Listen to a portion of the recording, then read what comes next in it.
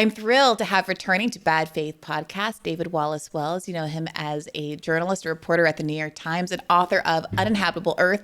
What I just saw was one of the most read articles ever. Is that true? At the Times? It was, you mean a New York Magazine? Yeah, in New York Magazine, sorry. It was originally, then it got passed by, when we did an excerpt of Michael Wolff's Fire and Fury. That became the number one read. Yeah. Okay. Well, for a time, it's a pretty incredible title to have held. And also someone who has been doing a lot of really great coverage on the COVID pandemic throughout the last 5 years or so.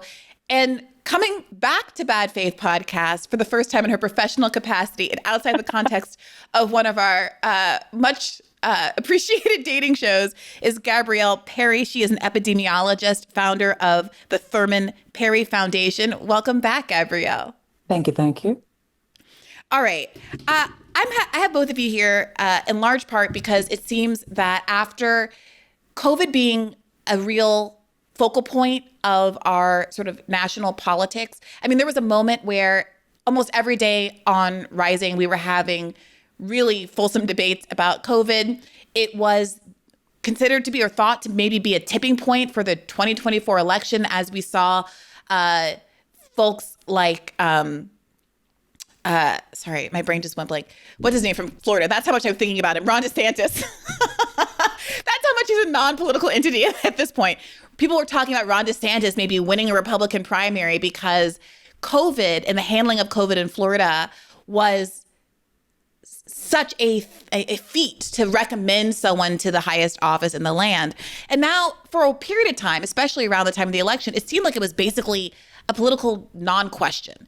From my perspective as a leftist, it felt as though both parties, for different reasons, had an interest in moving past the pandemic. When Joe Biden became the nominee and then the president in 2021, it felt as though it needed to score a victory. Businesses need to open, financial interests wanted everybody to move past it. So whereas in the previous year, the framing was COVID was very significant because it was a Trump-controlled disaster, suddenly it became in everybody's best interest to move past it. And move past it we did. I don't know what you guys think about it, but it felt like it was almost a complete non-issue by 2024. Now it seems back. It seems back for a number of reasons, including the fact that RFK and his MAHA, Make America Healthy Again movement is making headlines because of all of these firings that have been happening at the CDC or the resignations that have been happening at the CDC. And most recently, for listeners of this podcast, Bernie Sanders wrote a piece in the New York Times called Kennedy Must Resign, pointing to exactly this fact. And I'll quote Bernie briefly, and then I want to turn it over to you. He writes, "This week, Mr. Kennedy pushed out the director of the Centers for Disease Control and Prevention after less than 1 month on the job because she refused to act as a rubber stamp for his dangerous policies. 4 leading officials at CDC resigned the same week. One of those officials said Mr. Kennedy's team asked him to, quote, change studies that have been settled in the past, end quote, apparently to fit Mr. Kennedy's anti-vaccine views. This is not making America healthy again." David, you just sat down with Ezra Klein to talk about how we got here on his podcast. What do you make of MAHA suddenly becoming having renewed focus on it in this political moment? Well, on some level, I don't know that it makes sense to think about MAHA as like a distinct or idiosyncratic part of the MAGA coalition. I think it may make more sense to think of it just as, one splinter part of MAGA. And by that, I mean that, there are things that people like RFK and his supporters, the questions that they ask about the way we eat and, how we medicate ourselves and our basic behavioral health that are probably on some level good questions to ask. The U.S. has really appalling, health compared to its peer countries and compared to how much we spend on it and compared to how rich we are. It's kind of a grotesque blight on our country. But what they're actually doing in office is kind of a very familiar set of moves that is basically about, fighting culture war issues against the existing establishment, taking money away from public sector, the public sector to investigate and innovate. And, if you look at what's happening on the EPA side of things, completely deregulating anything that may be contributing negatively to our public health through pollution. So, I think on a kind of political level, at a social level, it remains really an open question. Like we talk a lot about MAHA, we talk about this as like a meaningful, minority, large minority of the right wing in America. I'm not entirely sure how distinct it is versus how much liberals are like this is like the one part of the MAGA coalition that liberals are like, I kind of get his point. And so we end up focusing on it more. But I do think what the damage that's being done here is absolutely horrendous on many, many fronts. And I guess what the way that I think of it globally is, when a few weeks ago a shooter went to the CDC campus and shot up the buildings, I think firing for like 500 bullets, um, pressing the whole community of people working there into lockdown for a period of a couple of hours. It reminded me most of like January 6th, except that in this case, like it's as though January 6th kind of worked. The people who have, anti-vax views, who are skeptical of public health and its principles of, mutual solidarity and obligation, those people are now in charge. They're running the show. They're running the show across the federal government, but they're maybe especially running the show at the CDC and HHS. And I think it's a really quite ugly path that we're on many, many different fronts. I don't think that there's um, an easy way to back out of this or get back to where we were even just a few years ago. I think RFK does seem to have established himself as a major, major power broker. I think the firing of the newly appointed CDC director is another sign of that. And I think it's piggybacking on this like long tail aftermath of the pandemic in which many Americans, for different reasons, coming from at the question from different ideological positions, are really frustrated with or fed up with the basic principles of public health that we do live together, that we affect one another's health, that we need to do things to protect one another's health, and that there is something public about our health. It's not just a libertarian personal approach to diet and exercise. I think for whatever reason we can talk about why, but it's tragic and unfortunate. We're moving away from those commitments and embracing something much more recognizably right wing as a model of our health as individuals, and basically disavowing the sense that we owe anyone else in America anything when it comes to health, and that's Yeah, pure Trump ugliness. I want to get into the sort of both the politics of how we ended up here and sort of the cultural reasons that we ended up here. But before we do, Gabrielle, I want to give you an opportunity as an epidemiologist to sort of set the stakes for what RFK Jr.'s and Trump's and the broader MAHA movement's control over our public health infrastructure really means. What are the direct implications of the kind of firings, cuts, and funding cuts and resignations that we've seen over the past weeks and months? I think it can't be overstated what it is that he's doing, what it is that his, arsenal of pseudoscientists and whatnot are doing, and the generational impacts that it's going to have.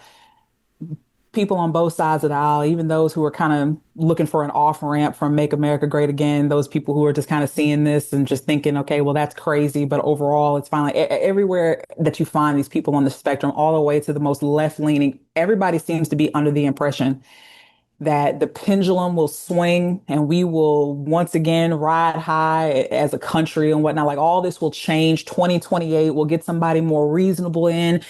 All of this can be reversed, and that is not what is going to happen. 100 years from now, we will still be feeling the effects of this. What he has done culturally and politically, even from policy wise, cannot just be undone in 4 years. I mean, just from the aspects of the cancellation of our clinical trials as a country. I was tweeting about it the other day. Clinical trials are extremely meticulous. They are certain people at certain times with certain diseases, certain stages of that disease, certain preparations done, funding that goes into this. I mean, and especially when we're talking about children participating in those clinical trials, like these are things that are so meticulous, so absolutely fine tuned, and they cannot just be in in 3 4 years time. That's just not how it works. We are losing a generation of science. I mean, it's unfathomable where this will take us. And him, the RFK Jr. as a person, and the rhetoric for which he is espousing is also having an extremely chaotic effect upon the trust that people have in our public health system and also their understanding of it.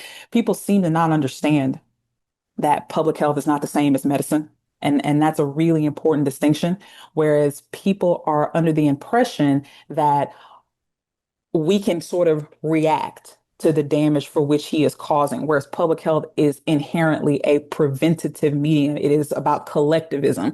I can't teach you how to care or teach you that you're supposed to care about your fellow man, as David was saying, but I can teach you the benefits of caring about your fellow man. And I can teach you how that affects other people and how that keeps you safe.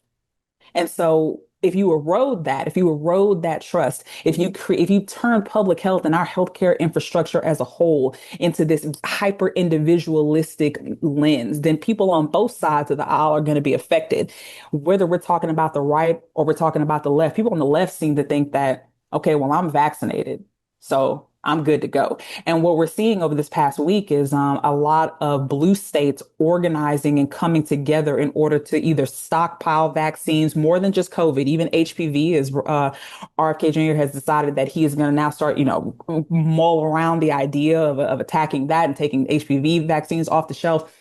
This is a vehicle for the right to be able to espouse their anti-establishment beliefs and whatnot, their anti-intellectualism. That is a vehicle to so many other things. It's not even about the science. It's not about any of that. It's about a means to an end for them. But people on the left are also obsessed almost with this idea that, okay, well, as long as I am good, then everything will be fine.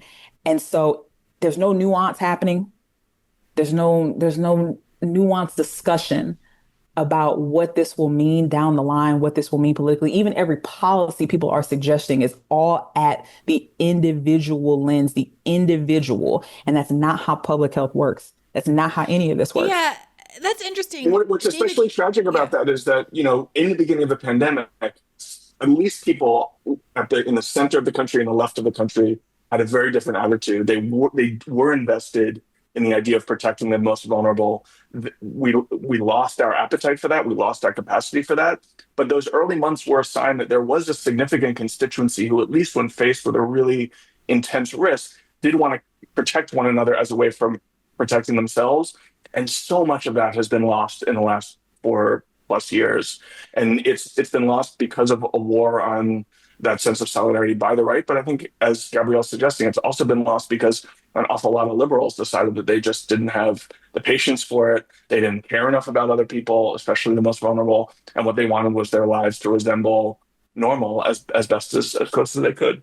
In that same vein, it's not even just that people are less concerned about their fellow man, but I do think, and I will say this to the day I'm dead, the moralistic lens in which that we put upon sickness and mortality and morbidity as a whole, the idea that I am a better person than you for having been vaccinated, I think has harmed us more than it has helped us. Anytime you apply that kind of ideology, that black and white, right versus wrong aspect of it, when you remove that nuance, it harms everybody. There are absolutely reasons for which certain populations of people are hesitant about getting vaccines. And that is valid and it needs to be heard. And we can't have those kinds of discussions anymore because then you're a fascist. And then you want Donald Trump to win, and then and it's become this. The Republicans have succeeded in the best dissemination of information or misinformation that we have seen in probably 3-4 generations. We have never seen this, and so I can say that the idea of lumping people into being anti-vaxxers or not anti-vaxxers and whatnot, even my own industry, my own colleagues are playing into that, and it's not helping anybody. It's not. You have to meet people where they are. I'm so glad you brought that up, and the lack of nuance, because I got to say, even as I was reading this Bernie Sanders piece from August 30th, there is a way that I feel like this language feeds into what I think is broadly understood as a kind of like black and white framing that ended up radicalizing a lot of people for better or for worse. So to your point, there was a lot of moralizing around get a vaccine or somebody else's grandmother is going to die. Why don't you care for other people? You know, MAGA, you're just being selfish. At the same time that there was some shifting on what the science was or what the science was framed as being for various reasons, right? So you had the very early, don't mask because there was an effort to save protective gear for healthcare workers. That felt like a sort of bait and a switch. There is, the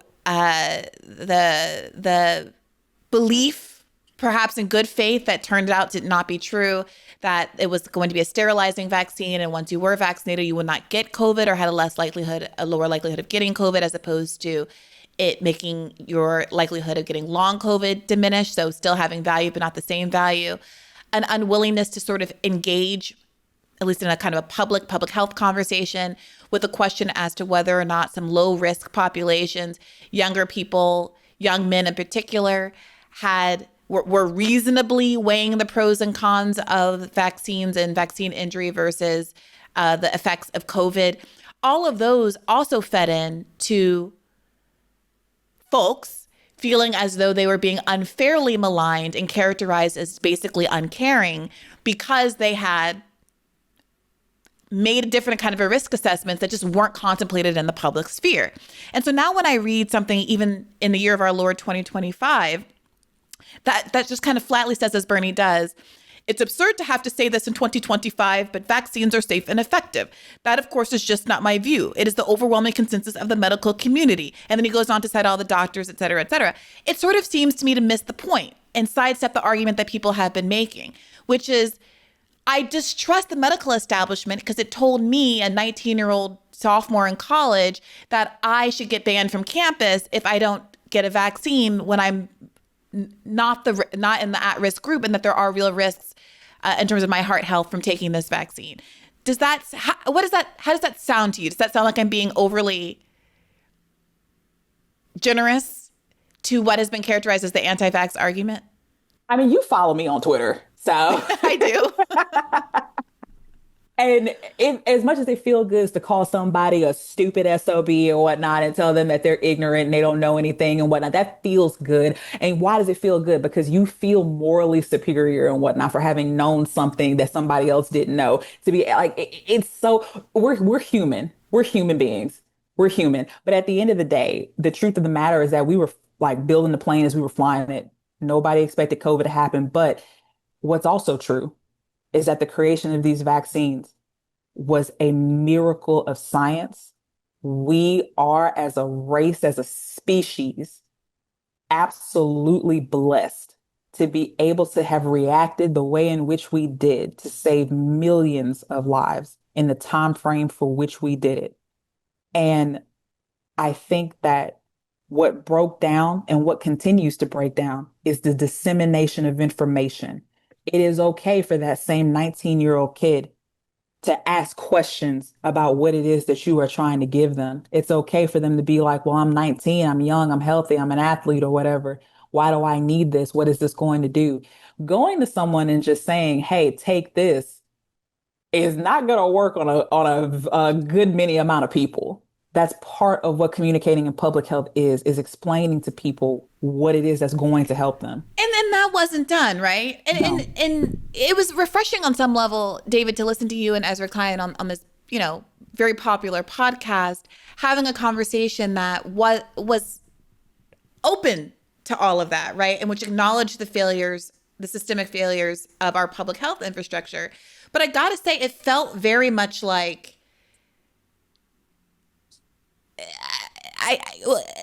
now we're allowed to have this conversation, but without kind of challenging or like recognizing the extent to which institutions like the New York Times were a part of the sort of stigmatization, like the stigma around people who had any kind of nuanced view of this issue, not to mention accepting lab leak theory as a possible origin. All of these things, which were very, very much taboo through, I would argue, 2022, many years into the pandemic. And I don't know, and I'm curious to know how you feel about this, David. how much you feel as though the inability or the failure of the Democratic Party to really answer MAHA and Kennedy is partly because of a failure to really take accountability for the role that the kind of liberal public health infrastructure and the censorship that happened around COVID in particular played in radicalizing COVID skeptics. Well, I think I have a somewhat different view of a lot of this stuff than both of you, but I would just start by saying that I was voicing a lot of these critiques in You 2020 were. and You were. 2021. I wrote about the age skew of the disease in the spring of 2020 and was like, why are we not focused on this? Why are we trying to universalize our protections? I published a big Nixon Baker piece about lab leak in January 2021, which was like the first major magazine piece on that subject. I wrote about the way that later on that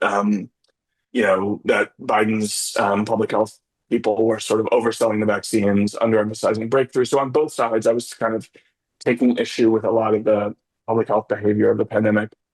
And when I think about all of this in retrospect, I think that those questions are legitimate to be raised, but I also think that we're in a massive overcorrection backlash that is much larger than is justified by the failures of people in public health through this period. And the reason I think that is that, I think most of us remember the first 18 months or so of the pandemic as a much more oppressively top-down kind of public health authoritarianism than really was the case. You have Tony Fauci in May of 2020 on CNN saying, like, I can't tell anyone what they're going to do. Lockdowns are going to end and, everybody's going to have to make choices on their own. Um, the policies that were put in place were not issued forth from the White House, which was, after all, like Donald Trump's White House. They were, put in place at the state level, at the local level, and often enforced by social stigma and social pressure. And I think what people feel a lot of the time when they're remembering that period is that everybody they knew had very, very intense feelings of fear and peer pressure around all of these points. And they felt themselves alienated from that, at least in retrospect. They wish that they hadn't felt so much pressure themselves. But, it wasn't like there were large scale, federal mask mandates or vaccine mandates. The federal vaccine mandates were struck down in court and never implemented. There were corporate policies, there were schools that made such requirements. But again, it's like this is on some level how a conservative would say America's supposed to work, that individuals are allowed to make decisions on their own, given public information, not forced to do X, Y, or Z by law.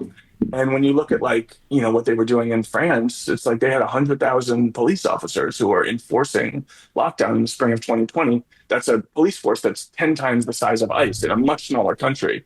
That's not even to mention what was going on in China or in Peru. The US, I think, on some level did adapt a kind of open liberal. We had so much more death in our peer countries. Like the reason that so many people died in 2021 was because we had much lower vaccination rates, especially among the middle-aged than in our peer countries. And so, I think these are important questions to ask. Like, how did messaging fail and/or alienate potential allies in the fight against the disease? I do think we could have done a much better job of giving guidance according to age. I do think we could have done a much better job around schools. All of these things that centrist liberals now point to as major failures of the public health effort. But I also think if we're in a position now where there are, laws in 30 plus states prohibiting public health officials from offering guidance in the face of future pandemics, and even in states like New York, there are places that have banned mask wearing. Yeah, They Kathy make some. Hochul was on that train, like I mean, literally putting the ads on the train, saying that I it's just okay think, not to mask. but it's like you might some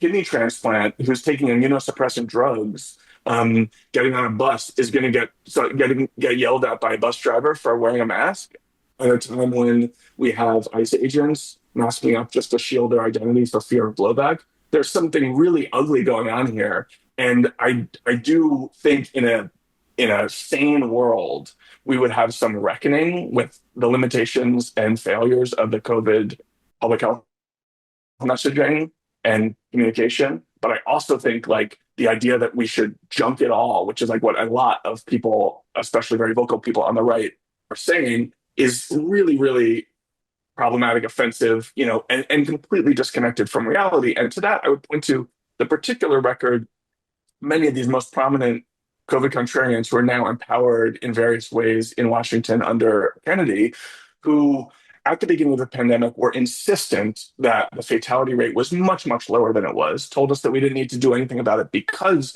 nobody was going to die. And now we're arguing in retrospect that we shouldn't have done anything because it was pointless to try and stop the disease, which is a totally contradictory argument. Many of them argued in the spring of 2021 that the vaccines were perfect, that they were perfectly sterilizing and offered long-lasting immunity. And so once you got your shot, you never had to worry about this disease again. Now they're co-signing attacks on these very same vaccines for being dangerous and unproductive. They've switched the sort of angle of their attack based on where the public was at the time. But the fact that they're switching suggests that their real interest here is not gold standard science, as they say. It's just to push the idea of a genuine pandemic threat out of public view, tell people that nothing was ever, there was no real risk ever, and all of it was a kind of a fiction foisted on an unwilling population by a heavy-handed authoritarian state. And the way I read the history is much more like the country was really scared. And maybe public health officials could have done a better job of reassuring some of those people that their fear was a little exaggerated. Perhaps that's true. But most of what we did in the spring of 2020, and much of what we did after that in summer of that year and the fall of that year and in the following winter, was out of personal fear and social pressure, not as I see it, not heavy-handed public health, authoritarianism. And so a backlash that's oriented around that kind of authoritarian impulse, I think just really misses the history of what we went through, and answers a need that many of us have to believe that the whole thing wasn't really that scary, that we shouldn't have ever been that scared, that we should have never felt obligations to one another. We never had to be forced to feel those obligations. And we would prefer in a future pandemic, especially those of us who are relatively young and relatively healthy, to never even be asked to do anything to help one another. And I think that's a really corrosive outgrowth here. I don't know exactly, to Gabrielle's point, I don't know exactly how we put that back in the box or get back to a place where people might feel those obligations once again. And it ties up in a lot of the other political dysfunction of our culture. But, it's like if you had said to me in 2020, we're going to go through this brutal, world historical pandemic in which more people are going to die in a single year than have ever died in human history before, I would have liked to think that the aftermath of that would have been people caring more about protecting one another. And in fact, it's really the opposite. I think that's a big oh my God, let me please, Sure, please. sure, go ahead. I will concede every day in and in why that there could have been better messaging, that my colleagues, that public health as an infrastructure, as a system in this country failed. We failed in the messaging and whatnot, and we failed a lot in our response. But I will not say that it was an I don't even know how to say this. I will not say that the fear in which people were felt was unfounded. We're talking about a disease, a respiratory illness that can turn into a vascular disease that is leading people to have anywhere from paralysis to, permanent. Like it's so much of what I see at work is things that people aren't even talking about in terms of what COVID can lead to, what it can do to people. And it's not just, the most immunocompromised, the most medically vulnerable amongst us. It is everyone. The fear was pronounced and the fear was necessary. Now, was it the And justified.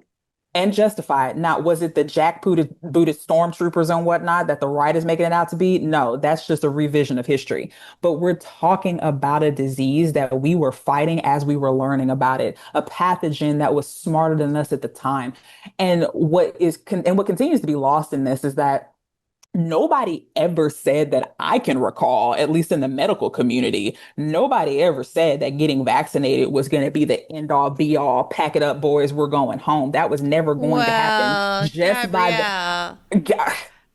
In the let's medical community, in the scientific community. I'm not talking about the podiatrist CNN had on to come and talk about COVID with their expert opinion. I'm not talking about those people. I'm talking about the virologists, the epidemiologists, the people for which have dedicated their lives, their publications, their careers, their But education wasn't the to this. herd the what my recollection is that there was a lot of discussion about herd immunity, There and was a that lot of if discussion about herd immunity. Herd immunity. So here's the thing: epidemics, pandemics, they have momentums. They all have momentums. They move at certain speed and whatnot. And so the goal in the very beginning, again, as we were learning about this pathogen, was to see if herd immunity could be established. But herd immunity is not, especially for an RNA virus, because that is what COVID is. COVID is an RNA virus. It mutates faster than, say, something more stable like measles. Doesn't mutate as fast as flu, which is why we're never going to reach a zero flu country or anything like that. But it mutates. And so if there had been a concerted effort and whatnot to educate people as to why, hey, you need to be getting vaccinated,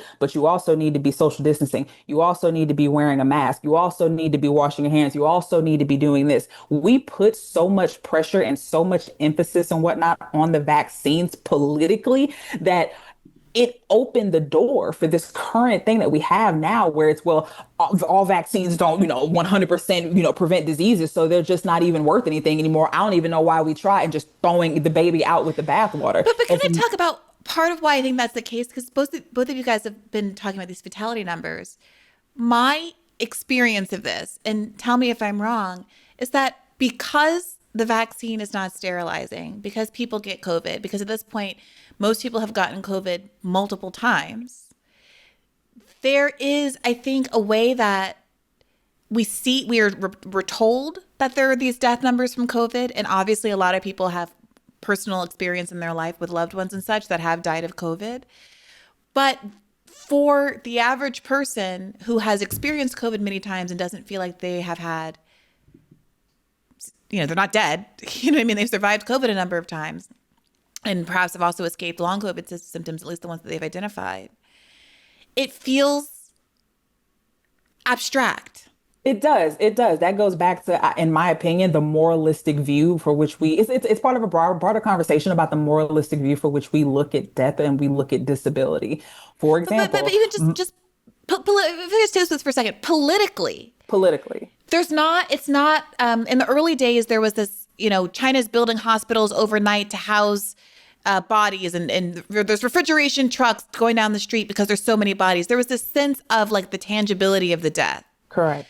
But these days, the abstractness of the death tolls combined with a lot of narrative building that's largely conservative and maybe politically motivated, but about how so many deaths, if the person happens to have COVID when they died, it's attributed to COVID when that may or may not be the case, has, I think, allowed people to conceptualize a COVID as something that's background noise to a primary illness that And might that's not true. already hurt people who are already hurting. But that doesn't seem like a risk if you're okay, if you're healthy. So And I think that's part of And why. that is not true. And it's part of why I 100% agree with you in that regard, but that is not true. And I'm living proof of that. My 31-year-old brother, I am the age, I'm sorry, 30, he was 32 when he died. I am the age he was now when COVID put him in a coma and then killed him a week later. 32 I'm years so old, sorry, healthy, no Gabrielle. comorbidities, nothing, and thought COVID was BS too. Now, here's the thing. That I believe is also part of the messaging of the right, that if you are healthy and if you are somebody who is taking care of yourself, if you're doing everything right, then if you're a good person, then you don't have anything to worry about. That is part of the messaging politically that got people into this docile state for which they feel as though, if I am a good, decent person, I'm working out, I'm eating healthy and whatnot. It's the same way that we treat fatness in this country, the way we treat obesity and things of that nature. If you were working out harder, if you were doing this, that, and the third and whatnot, then you wouldn't be this way. You're lazy, you're complaining and whatnot. It's the way in which we treat a lot of different diseases in this country. And so COVID and complications of COVID have now been lumped into that. It's a moralistic lens. Yeah, it's well, funny because because it's it very makes us it makes us libertarian. Yeah, go it makes ahead. us feel much better about the risk because it makes us feel like we're functionally in control of our own fate.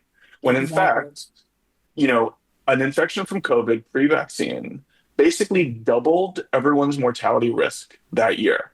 Now, the mortality risk, I'm 43. I was, 38, 39 when COVID hit. I didn't have a very high general mortality risk, but it did double if I got infected. Someone who was 75 had a much higher baseline mortality risk, and it also doubled when they got COVID. And so for everybody going out there in the world, an infection meant a doubling of risk. And one of the perversities of this aftermath that we're talking about is that we can look back and minimize the death, in part because we were relatively successful in limiting it. When we started getting vaccines into arms, something only like 20% of the American public had gotten infected. If that number had been 40% or 50%, we would have had massively larger death tolls, much harder to dismiss and look away from. And instead, these mitigation measures, imperfect as they are, we would like to learn how to do better in the future. We'd like to learn how to be more targeted in the future. Nevertheless, there's a reason that only 20% of the country got COVID before vaccines, not 40, 60, 80% of the country, as many of the modelers warned would happen in the absence of mitigation.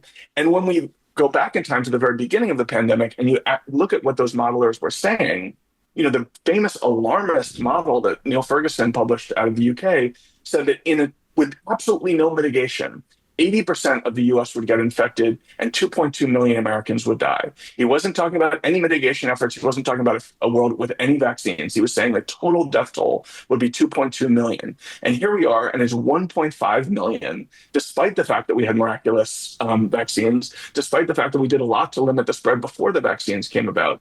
And at the time, we heard those numbers, and they seemed crazily high. People were like, that is hysterical. That is insane. And numbers much lower, like Fauci was talking about 100,000 to 200,000 deaths, numbers much lower than that 2.2 million motivated us to take dramatic action because we were really scared of what would happen, what it would mean if 100,000 or 200,000 Americans died.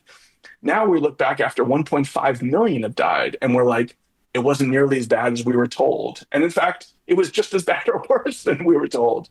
It's also terrible to leave that, and I don't even mean to cut you off. It's also terrible to leave that at just a death toll. That is typically how the general public can digest the disease. That's the way that they can digest the threat. Is how close is this going to kill me? Like how soon do I have left? Is this something that's a direct threat to my life and whatnot? And we tend to look at things that are chronic diseases with less urgency than acute diseases. And so because COVID was a respiratory infection, we could look at it like the flu, the way that the narrative became formed around it. It's just like the flu. It's nothing. It's a little bit worse than a cold. It's going to be fine. That's something that the general public with no scientific knowledge and whatnot can really sit and digest in order to internally, individually assess the threat. It was the perfect disease for that politically. However, COVID is not just a respiratory disease. It's a respiratory infection, but it has so many different manifestations. Like I said, we have seen people who have been paralyzed from the vascular implications of this. We've seen cardiometabolic issues, people who are complaining of long COVID, which now has an official diagnosis. If you have an ICD-10 code with the insurance company, congratulations, you now have an official diagnosis.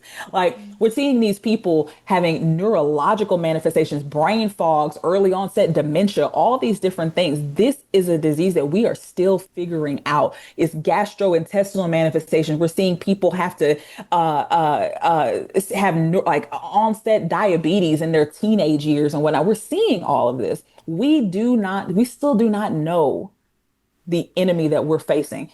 It will be decades from now. We'll still be learning new things about this virus and what it can do to people. So nobody. Go ahead. Yeah, go ahead. Sorry. I was just going to say a couple of things on that. Brianna, you mentioned earlier the kind of right-wing talking point that, a lot of people got coded as COVID deaths which were not COVID deaths. The excess mortality numbers are higher than the official numbers, which means in aggregate, there may be some people who really died of other causes who were processed as COVID deaths, but in aggregate, the problem was bigger, not smaller than the official numbers suggest. And you started this series of questions by asking about vaccination and the overpromising of public health officials. And I think to some degree, you're right. We got a stronger impression of the confidence of the public health establishment in the long-lasting sterilizing immunity offered by vaccines than was really justified by the data at the time. But I would just say, in organizing all of this COVID contrarianism, I would just say, in thinking about how we understand this whole phenomenon of COVID revisionism and COVID contrarianism, I would say very emphatically that the people who are the biggest faces of this, Robert F. Kennedy Jr., but especially Jay Bhattacharya, Marty Markary, Vinay Prasad, these people were making much stronger claims about what the vaccines could do to end the pandemic than Tony Fauci and Rochelle Walensky were. They were saying they were living so when we talk about who's responsible for overselling and to what degree they really, promised things that the vaccines couldn't deliver, it is true, I think, that we could have been more caveated and nuanced and say, we don't have the data for 6+ months. We don't really know if it's going to prevent an infection perfectly.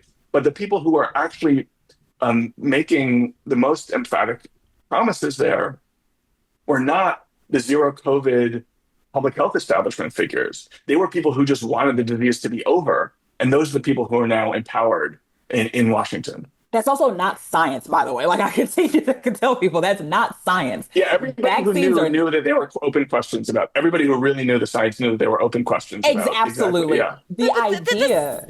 Go ahead. But this is what's so frustrating with me. Look, I'm not a scientist. I was a history of science major. And I did do an internship at Science Magazine because I thought I wanted to be a science writer. So I do have a sort of critical view of some of this coverage that is informed by that experience. And so I've had this fight with people, not to make every episode to get into a dating episode, but I went out with this guy who we basically fought over vaccines and stopped seeing each other because I pushed back against the kind of framing that we see in this Bernie piece, which is this vaccines are safe and effective.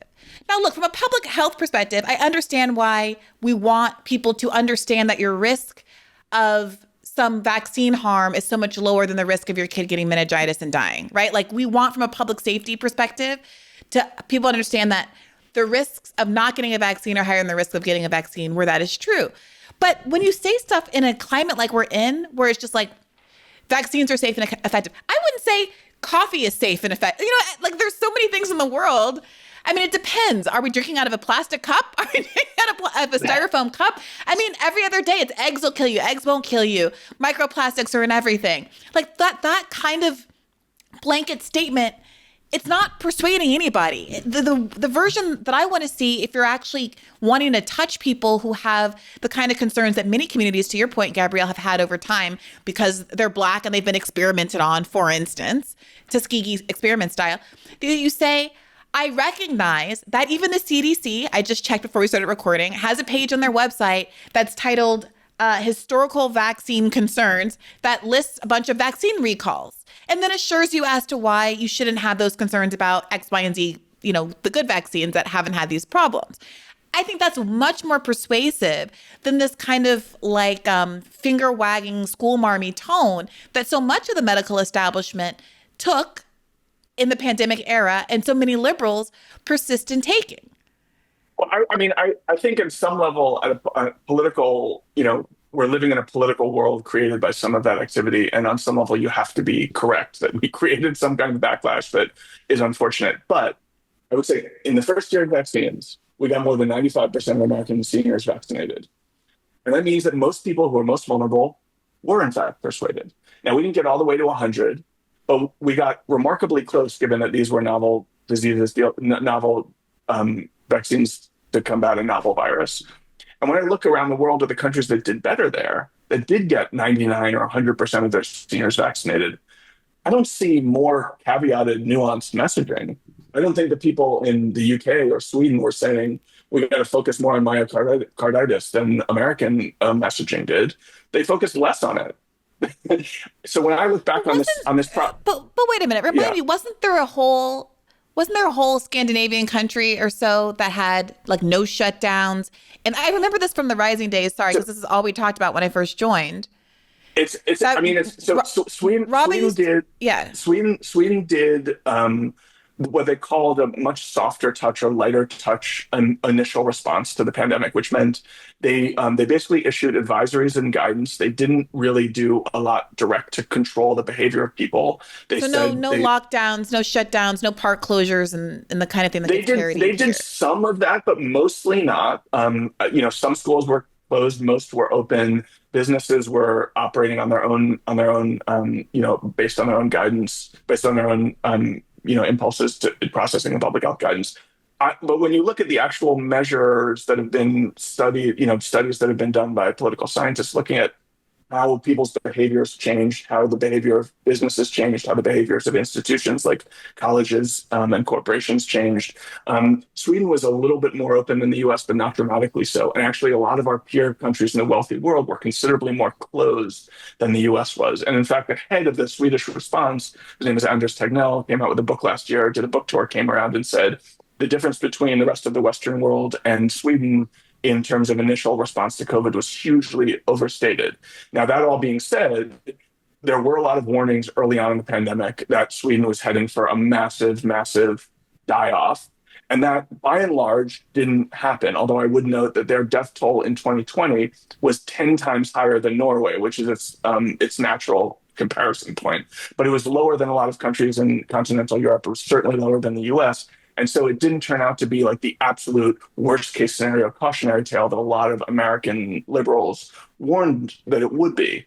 But I also think, like, our response was much more like Sweden's than we remember in retrospect. I was socializing in the summer of 2020 outdoors.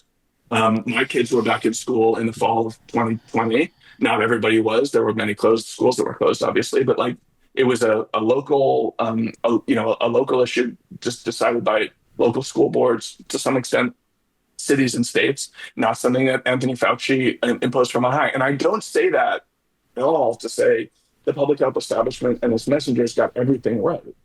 What I say that to say is that our memories are so confused on this point, and it makes me feel like so much of what we remember as resistance or anger against the Tony Fauci's of the world, the Rochelle Walensky's of the world, for all of their flaws, is actually a natural response to our experience of the pandemic, where we were scared, we were uncomfortable, we saw people die, we felt surrounded by death. And in retrospect, we want to blame that on somebody. And so we blame it on public health figures who made some mistakes, but all told, managed the country through a sort of generational risk, a generational disease risk, in a way that, limited damage to some extent, but also exposed an awful lot of people. And when I think about how that story unfolds into 2021, it's maybe even more egregious. We have Joe Biden in 2020 saying 200,000 Americans died from COVID.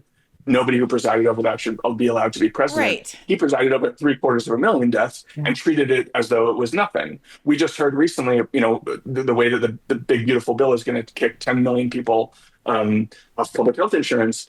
The Medicaid unwinding that happened in 2023, 2024, kicked 16 million Americans off public health insurance. We heard a lot less about that. We have basically like this sort of many American liberals doing the bidding of these libertarian figures, arguing against any public health investments and capacity at all. And I think that's one of the reasons that we are where we are today. Although I would also say it doesn't exactly strike me as an entirely top-down phenomenon, because anecdotally, a lot of people I know also think about the pandemic in precisely these terms, not because they're like, not because they're such loyal Democrats or whatever, but because they found the experience exhausting, frustrating, depressing, and wanted to move on, and wanted a politics that told them that it was okay to move on. And we're living now in the world that, those things go in tandem. And to everyone's point, there was a moment where everyone was wanting to band together and bang their pots outside at 8 p.m. for healthcare workers or whatever the heck.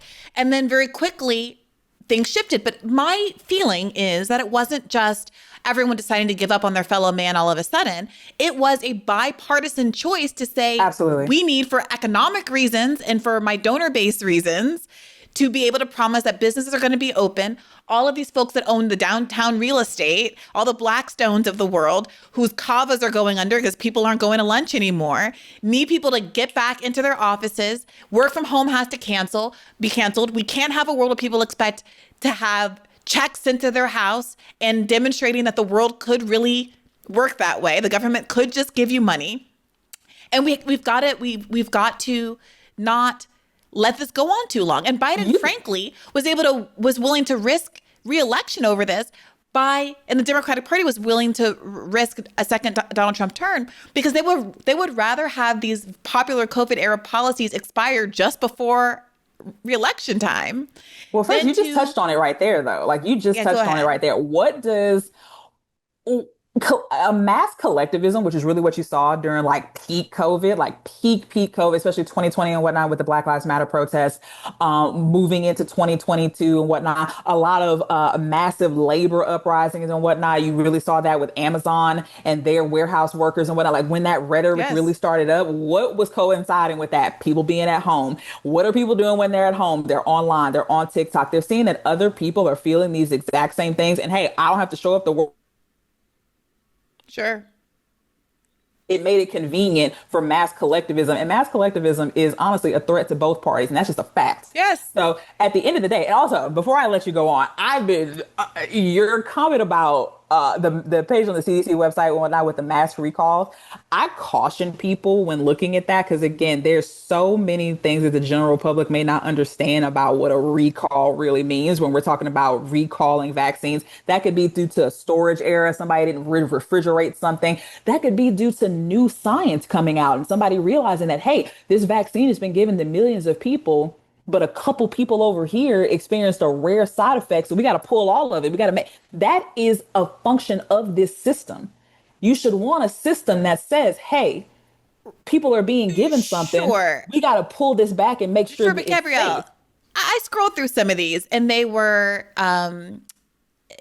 instances where there was like the live virus was live in the vaccine and causing people to get infected with polio, for instance, in a couple of these vaccines. Then again, I'm not bringing this up to say like don't take a polio vaccine. We eliminated polio, but I am just bringing it up to say that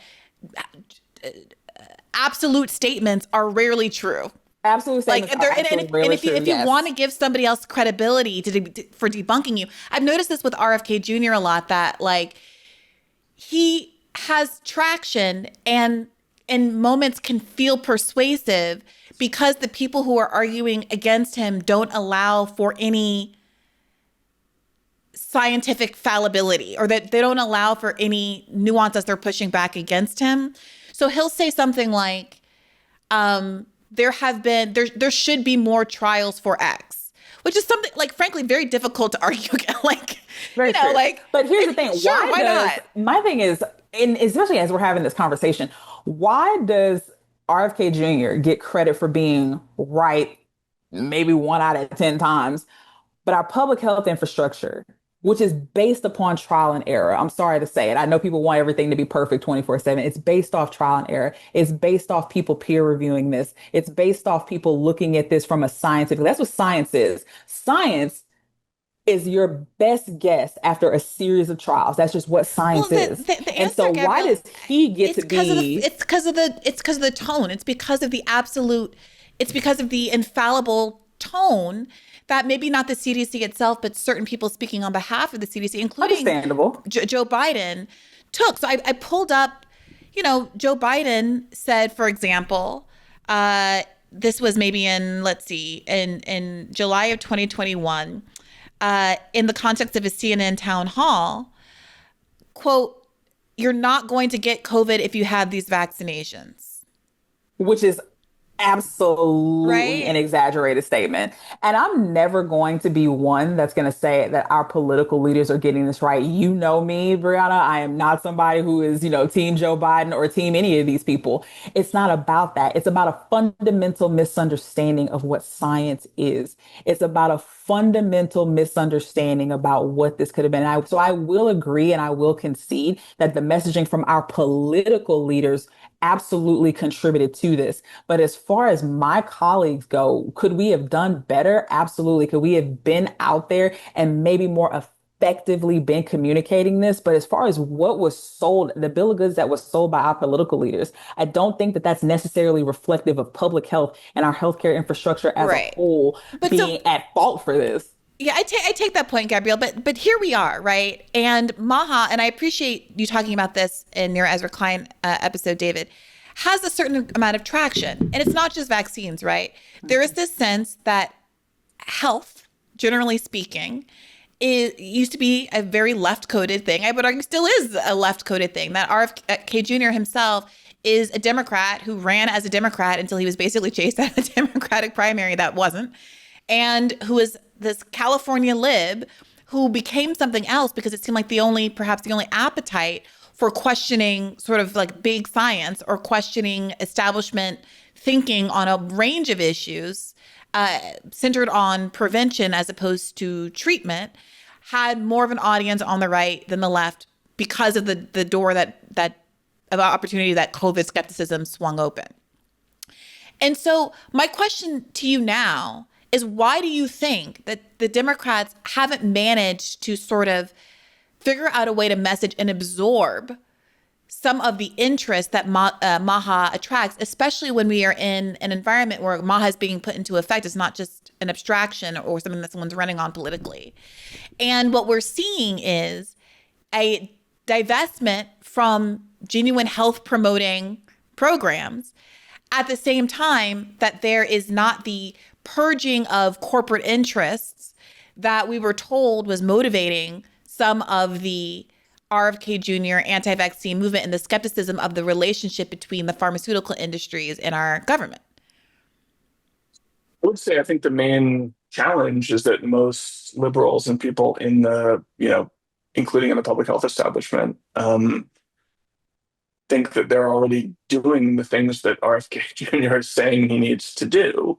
And his political appeal is less about making a meaningful, concrete change to any particular policy or approach, and more about signaling to people who distrust authority and elites that he also distrusts authority and elites and is taking them down. And so, there is a sort of a sensible version of the MAHA critique, which applies in different ways to different aspects of public health and diet and exercise and behavior. But it's not like there's, a nonsense version of that critique. But I think many people in positions to bring it about at places like the CDC feel like they were already doing that, and that his critique and the critique of other outsider MAHA figures is really offered in, to coin a phrase, in bad faith. And I don't think that they're wrong about that. I do think that. But are they? Because here.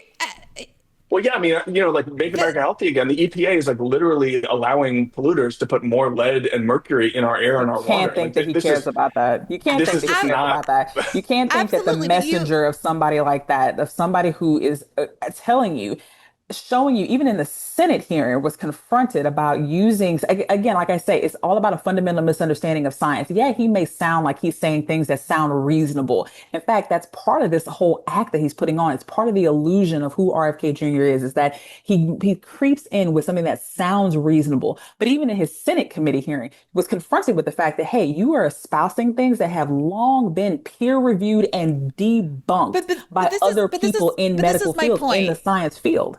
But that's not exactly my point. My point is that there are issues that are not MAHA specific issues, like the fact that our healthcare system focuses on treatment rather than prevention, that doctors are compensated more for the time they spent in a surgical procedure than in a consultation with you. This is the point that came up in your talk with Ezra Klein, for example, David. And that to the extent that those are existing issues that RFK Jr. is able to capitalize on, does not seem to be a front-loaded concern of the Democratic Party. To the extent that we have real healthcare issues, I mean, Bernie at the end of his article finally says America's healthcare system is already dysfunctional and wildly expensive, and yet the Trump administration will be throwing an estimated 15 million people off health insurance through this Medicaid cut, yada, yada, yada. So he finally kind of gets to the Medicare for all of it at the end of this article. But certainly it's not the case that Medicare for all is a priority of the Democratic Party, or even these cuts to Medicaid and Medicare, to your point, David, aren't analogous to cuts that were made under the Biden administration. So my argument, what I think, frankly, is what's going on here is that in so many instances with Trumpism, there is a legitimate critique of corporate corruption that's been made that is not pursued in good faith by conservatives once they come into power, but which Democrats don't then say, well, I'll do it for real. I'll take up this mantle for real. You care about this issue, I'll do it for real. Because they are beholden to the same interests that Republicans are. And you see this not just in the health space, but also in the anti-war space. Democrats could have won in 2024, is my contention, if they were willing to say, I oppose genocide. Elect me, I'll oppose genocide. And they would rather lose then do that. And it seems like they would also rather lose this argument over public health than say, he's making a couple of points about the captured nature of our government by the pharmaceutical industries and the healthcare industries, and I want to do something about it. I mean, I see a lot of public health figures actually engaging in some pretty lacerating self-criticism in the aftermath of the pandemic, more than, and there are people who are defensive, but there are also plenty of people who are saying, we miscalculated, we overstepped our bounds, we need to meet people where they are. I think there are plenty of people in the, broadly defined health establishment who have concerns about, over-medicating people, who have concerns about healthcare access, who have concerns about, diet and big ag. There are people who are working on these things. I just think that the constituency for RFK's particular MAHA cause is made up of a lot of people who are angry at being told what to do, who think that they should be more in control of their own health, and think that actually they would be healthier if they could control more of what goes into their own bodies, as opposed to, having more restrictions at the federal level. Maybe even in some cases they're right about that, but at the big picture, I think in general, we don't want the government to get out of the business of regulating, and who are animated, some of them, not by well thought through and detailed critiques of public health messaging through the pandemic, but by something that I would call just pandemic resentment directly, which is to say, like, what they're upset about is not what Tony Fauci told them to do. It's the fact that they have to deal with a pandemic at all. And one of the things that RFK and his cohort allows them to believe is that in an alternate history in which we had a different set of people running the public health response, that we wouldn't have had to bother with all of that, and it wouldn't have made much of a difference. Not many more people, maybe not any more people would have died. And therefore the whole thing, all that we suffered through, all of the isolation that we suffered through, all the fear that we suffered through, was avoidable without meaningful consequence. And the crazy perversity of that way of thinking is that Donald Trump was president in 2020, and he didn't care much about the pandemic. And yet we did all the things we did. Some of us maybe out of sort of negative polarization, we wanted to do something to prove that we believed more in science and cared more about one another than Donald Trump did. But it wasn't like we were doing what we were doing because we were ordered to by jackbooted thugs who were forcing us into our apartments at gunpoint. We were doing those things because we were scared, and to some extent because we cared about the people around us. And nevertheless, like in the aftermath, as survivors, many of us look back on the experience and wish we didn't have to go through it. And one of the big messages of MAHA is like, here's an alternate path in which in a future pandemic, you will owe the people around you nothing. And you will be empowered to navigate that landscape entirely on your own. And there are a lot of people, especially a lot of younger, healthy and health-obsessed people, who think that that's a much more appealing model than the one being offered by, public health liberals in 2020, who said that we have to think about all of these things in terms of social obligations, solidarity, mutual. I guess what but there's a lot of nuance. Go ahead. I'm struggling with the idea that there's public health liberals. I mean, I understand literal, like CDC public health officials obviously are going to give medical advice. That's whatever medical advice. But the average, like, political liberal, the people are arguing against masking at DSA meetings. Like, I feel like there's like little to no. Because you're seeing a conflation of medicine and public health. Even now, both of you are doing it in this conversation.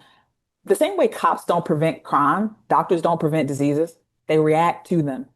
Public health is a separate entity. It may overlap with medicine, but it is a separate preventative entity. And so there's nothing really wrong per se. And he knows this, which is why he's trying to appeal to that, especially with younger people. Gen Z is very health conscious, very health focused and whatnot. They don't drink as a generation. They're very, very focused on their health. He knows that by appealing to people wanting to prevent diseases, he knows that those people are smart enough to know that, hey, this starts with me. This starts internally. Maybe I can eat healthier and whatnot. Maybe I can eliminate certain things in my diet. But he is twisting that rhetoric to turn it into something that says, okay, your health is entirely your fault, your responsibility. Whatever happens to you, you have to deal with. That is not how our systems work. It has to be, it's a both and. It's not an either or. It's just not. It's never going to be. I take that point. And the sort of deregulation around food safety, I suspect, will be the tipping point much faster than a new pandemic. I know the argument is things are going to have to, the next one's going to hit. It's going to be really bad because he's dismantled our public health infrastructure. I suspect that it's going to be one of these stories about people getting sick. A bunch of people just got really sick or died from consuming oysters. I'm not saying that was an FDA oversight thing, but let there be a like a food recall or mass sickness that can be tied back to something deregulatory at the FDA. And I think that you'll get a lot of people very frustrated with this agenda. But I don't disagree. Let's just say I don't disagree with that, Gabrielle. What Can I is say something for you about just, Go ahead. you were saying a few minutes ago that you're like, why can't liberals kind of pick up on some of this energy? Yeah. And I'm like, I see, on the Bulwark podcast, Pete Buttigieg gets asked, like, what's like the lead message you should take out to voters? And he's like, the schools were closed too long. We have like Jake Auchincloss is like saying the same thing. These are deeply establishmentarian liberal types. These are not, these are not anti-establishmentarians, and they're trying to say something critical about, and not just trying, but they're putting it quite forward in their messaging. To me, that's like that's wrong. Like if you're someone I'm not saying it's right. I'm just saying it's like that is happening. Criticize with absolutely no suggestion, especially if you're going to criticize everything that happened, that's fine. And as I hope I've proven on this podcast, I'm open to criticism and whatnot, even as a representative of my field. But if you're going to criticize and then not leave that lane open for any sort of suggestion of what could be done, especially by our political leaders, because the left has a problem with this as well. I have suggestions. That's what I'm trying to get out. My point is that Buttigieg deciding that the real problem is to like harp on school closures is like Dems deciding that, oh, well, if I just hated trans people more, we would have won the election. And this is it's completely the wrong issue. The folks who are like RFK Jr. curious, who are pissed at the establishment, aren't going to suddenly love Mr. Establishment Pete Buttigieg because he criticizes school closures and has a beard. It feels like Monday morning quarterbacking and feels deeply opportunistic. No one's going to be persuaded by it. And it's a very sort of like crunchy lib concerns. There were at the time a bunch of libs that were mad about school closures because they had to keep their kids home. They had to get to work. It was logistically complicated. It was a pain in the ass. And liberals in blue cities were complaining about it at the time. They still were liberals. They didn't vote for Trump. That is not the audience that's swinging around. It's these moderate people who are more care more, to your point, David, about authoritarianism than they do about the actual public health issue. And Buttigieg saying that doesn't make a difference. Now, if a Democrat wants to come out and talk about, and again, this is what I want to, one of the points that RFK Jr. brings up a bunch, and I don't hear addressed, tell me if I'm wrong, by any kind of liberal, which is this idea, maybe it's not true, but I want to hear you guys speak to this, that there is an inappropriate relationship between federal health employees and a revolving door with the pharmaceutical industry. And there's that kind of political capture in like pay for play. This was a huge issue on Rise that Robbie used to bring up a lot with respect to a sort of kickbacks between public health officials and these vaccines, and which ones get approved and which ones get marketed and promoted, et cetera, et cetera, et cetera. That kind of corporate corruption link, I think, is something that's motivating because it's bipartisan, it's nonpartisan. It's not opportunistic. It actually goes against the kind of people who are supportive of the two-party system. And it costs you something to go after a bad actor in that way, as opposed to saying, I'm going to criticize some municipality for not opening the schools early enough 5 years ago. My feeling is that, like, you're making a binary contrast here that doesn't hold for the public, that people are angry and frustrated by a whole lot of things. But I would say, yes, there are some questions about the way that the big pharma relates to the public health regulatory apparatus, and there should be some more scrutiny on that and some more reform. I don't know, Gabrielle, if you have similar thoughts or not, but I don't think that. Do. Yeah, I think that, again, I don't mean to finger wag or whatnot at the general public and whatnot, but I can say that there's always going to be contracts with the government between us and big pharma. Like, it's how they get things done. The government doesn't have the arms and the reach and whatever to be able to service every single American. So they contract out to these companies. Now, does that mean that other companies are going to be incentivized for different things? Absolutely. But to me, that's a whole other conversation. And even so, I don't believe that that's the crux of the issue people are having in terms of vaccines, who gets them. Like, I don't. To me, this is disingenuous to even say that. I don't believe that that is the sole reason, or even most people's reasoning in being kind of on RFK Jr.'s side in terms of how this is all unfolding. What do you think the reason is? I You don't don't think think there it's is I don't think there is one reason. I think there's a multitude of reasons. look, I think it's a I social, political, I think it's a medical construct. I think it's a multitude of things. And I do believe that there's not one like a solution to solve it. I think there's 100 ways to look, solve it. I gotta say, as a leftist, have encountered a lot of leftists who are RFK curious, frankly, until the Gaza stuff. But for him being so pro-Israel, I think a lot of the left was interested in him in large part because it wasn't this like I'm a right winger now kind of vibe. It was I am wary of censorship because it comes from the left. I'm wary of authoritarianism, especially when it comes to bodily autonomy, in a way that is you can read as consistent with abortion rights.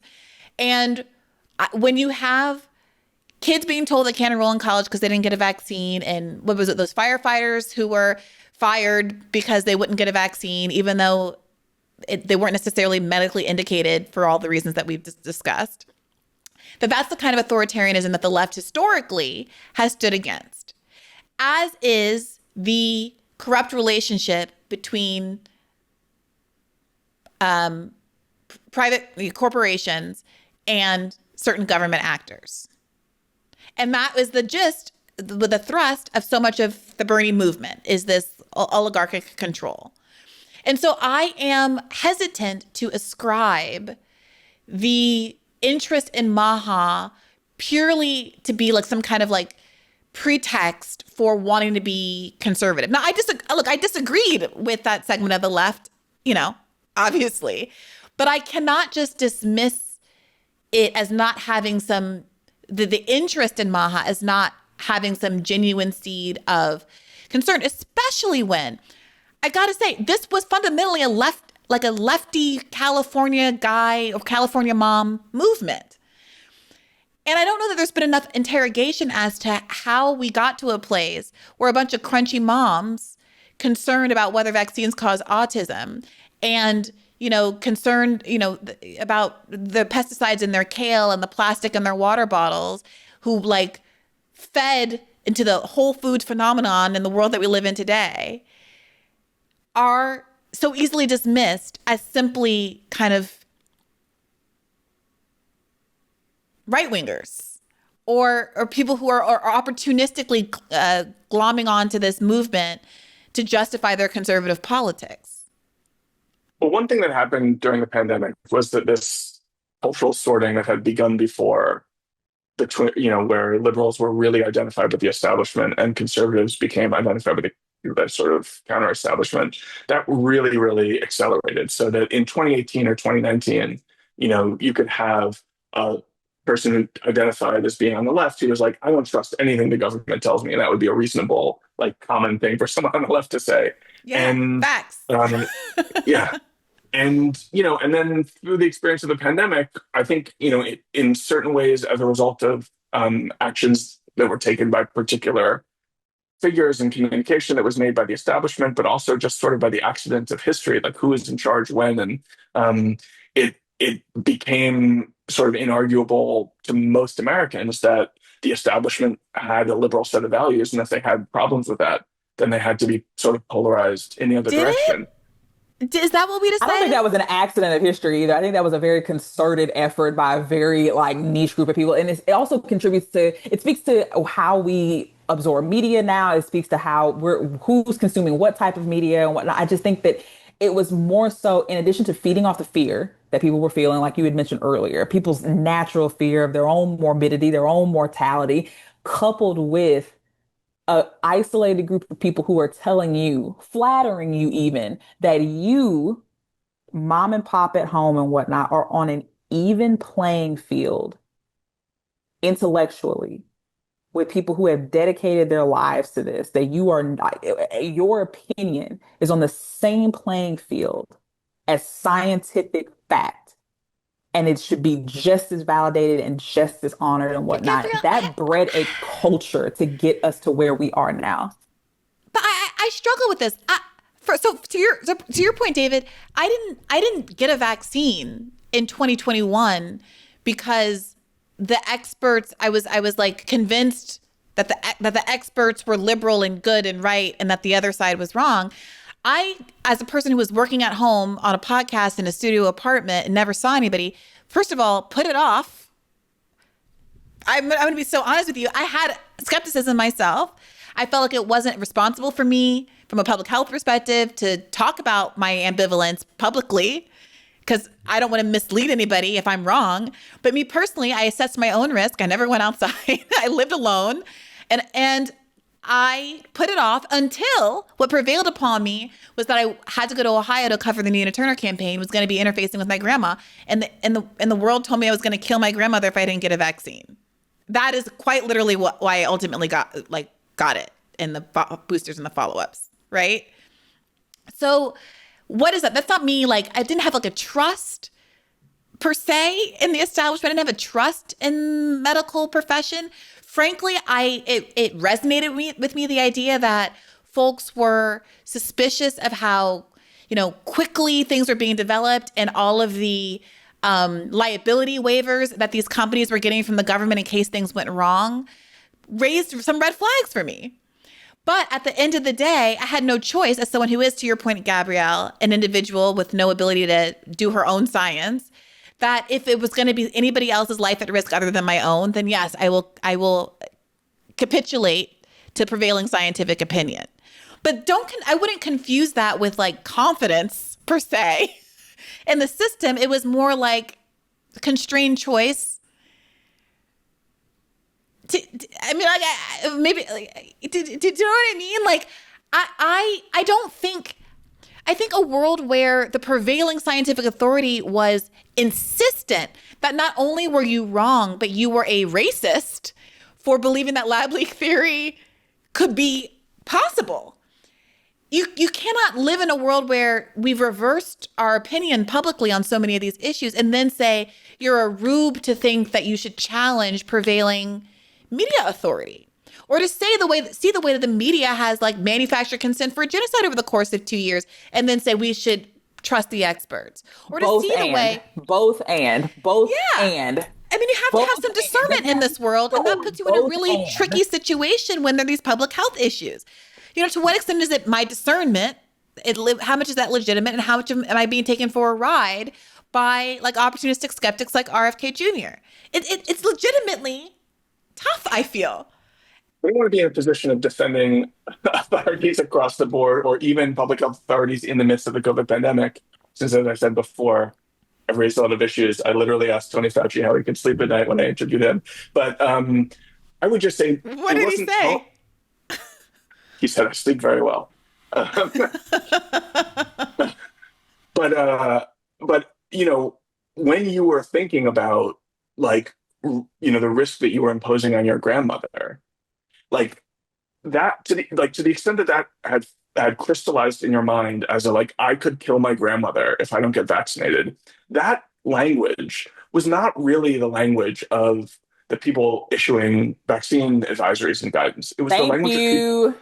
It was language of people. It was no. But I think it's really correct. No, let him say it. Okay, but like you guys keep bringing that up as though my concern is like with the capital C, capital D, capital C. Like the point isn't what the CDC was or not saying. The problem is that this was the prevailing messaging of the Democratic Party and the Democratic establishment. Not even the party, just the vote. And Joe Biden himself. Democratic people. Maybe like a not on message, like loose lip Joe Biden, possibly in a few instances. He's the president. He was. I feel like you're putting me in a really uncomfortable situation. But you're conflating. I 100% agree with what you're saying, because you're conflating what the medical professionals were saying with what Joe Biden was saying. No, I'm not. And that's not true. I'm not. Specifically, there are things the CDC flipped up and got wrong. like the mask advisories. And on the other hand, there were other things that Biden and Democratic messengers got wrong. But the point is that the messaging was out there. And my questions I'm asking now are largely political. I don't really care. I personally haven't brought up Fauci. He's come up a couple of times. I haven't brought him up because I don't really care. All that I'm saying is that the intensity that you're describing really was coming primarily from liberals on social media. And that may be a social and political issue for all of us, whether we're on the left or not. But it's not quite the same thing as saying that public health messaging failed. Absolutely. If it is the case that the people that were screaming hardest that you couldn't go to Thanksgiving in 2020 because you were going to kill your family, that were, your child's third grade teacher or the person you know from work who you happen to be friends with on Twitter or whatever. Like, that is a different kind of social problem that we maybe should be focused more on. But then what do you do? Environment, in the momentum of a pandemic, in the momentum of a rapidly changing environment, everything scientifically is going to change. Like I said, we were learning about these things as it was happening. Right. So yeah, but the narrative wasn't, there are things we don't know. We're going to tell you what we learn as soon as possible. The political narrative was not that. The scientific narrative absolutely was. Okay, that's fine. But can I just caveat that I'm at no point talking about the scientific narrative, if that makes this conversation easier? Because it doesn't matter. That is the problem. Okay, yes, but let me caveat that I'm not conflating the two, because I'm never talking about the scientific narrative. But it absolutely matters for the sake of the conversation. The scientific community are reaping the consequences of what our political right. So you should similarly be upset alongside me at what is being said in the political sphere that you're facing the blowback for. What I will not concede is that Gabrielle, we should be the ones taking the heat for that. But nobody said that. So to be clear, we're not just talking about random people on the internet. Do we not remember that in the Facebook hearings, when Zuckerberg says that the White House pressured Facebook to censor COVID-19 content during the pandemic? So if you said something contrary, look, I can't believe I'm Robbie Suaveing this. Boy, oh boy, have the tables turned. But I feel like we're not engaging with the reality of the gravity of how top down, how party down a lot of this messaging was. I think one thing really important to keep in mind when we talk especially about the messaging stuff is, when we think about the paradigmatic case here being lab leak, we go from having less than a third of the country believing in lab leak in February of 2020 to 50% of the country believing in lab leak in May of 2020. This is the period of time which there was the most aggressive effort by the public health establishment to tamp down the theory. And it was the period in which there was the most rapid growth in support for lab leak. So, I think that as with Biden's age and that whole saga, what we're really seeing is less that information was genuinely suppressed so that people couldn't access it, and more that people who had come to conclusions on their own were frustrated and angry that people in positions of authority were telling them that they were wrong about what they were seeing. But David, the fact that the censorship doesn't work isn't an argument that the censorship didn't happen and that people didn't radicalize against that censorship. I would say it's not an argument that this doesn't matter. Obviously, people were radicalized by it. What I'm saying is that we should be clear about what actually happened and what people were frustrated about. Yeah, look, they try to censor Palestine news and everyone still sees a dead kid's bodies and hates Israel. The public opinion has shifted wildly against Israel as a consequence of, but that doesn't mean they're not banning TikTok. That is a story about the leadership of the Democratic Party being out of touch with the country, not about censorship per se. These are two different questions, right? Those are both stories that are happening, and those are both analogous stories that were happening in the context of COVID, arguably. That there was a censorship story that radicalized people the same way that a lot of the left and others are radicalized against mainstream media because of the censorship, at the same time that it didn't work. And their politics are oppositional increasingly to the Democratic Party establishment figures because they have been the ones that support and litigate this war, this genocide. It's too I would just say, I worked at a mainstream liberal magazine. I published a cover story about the lab leak theory. The author of that cover story, Nicholson Baker, went on MSNBC and had a long, friendly interview about that story. Like, there were also people who were arguing vociferously that this was conspiracy theory at the time, but it was not suppressed. And while we may want to have a different approach in the future, I just think it's really important to see that like that information was out there enough for people to come to their own conclusions about it. And the problem is not that like Facebook for 2 weeks in 2021 implemented a regime of censorship around vaccine disinformation, which it really was a quite short program. It's that many people before that happened and after that happened came to very different conclusions about the safety and utility of vaccines, totally independent of that information management program. And I would say personally, I think it's a mistake to take Mark Zuckerberg at his word about what radicalized him and exactly what went Well, down no. on My any argument, level. this is not an argument about what radicalized Mark Zuckerberg.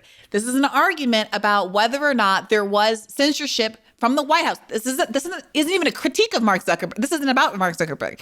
It's about the testimony that the White House pressured social media companies to censor posts that it believed were against its own public messaging around COVID. It's a critique of the White House implementing censorship in advance of messaging, which, as we've discussed here at length, was not always accurate. Yeah, I think I think on that particular point, the messaging from the White House was not advisable. And I think, but I also think it was much less consequential than you're making it seem, or than many other people who are outraged about it What does made it that seem mean in to you, retrospect. David? When you say, like, when there's this assessment of how consequential I do or do not think it was, I don't know vis-a-vis what. I don't even know, relative to what do I find it to be more or less consequential. I don't know that I'm making a magnitude argument. I'm just saying it happened. I think it had an effect. But what does it matter? What's the difference from your perspective? Why is that a caveat that you think it's significant to apply? Because what we're talking about is why America turned against public health as it is conventionally defined and its goals are conventionally defined over the course of this 5 year period in which we dealt with the pandemic.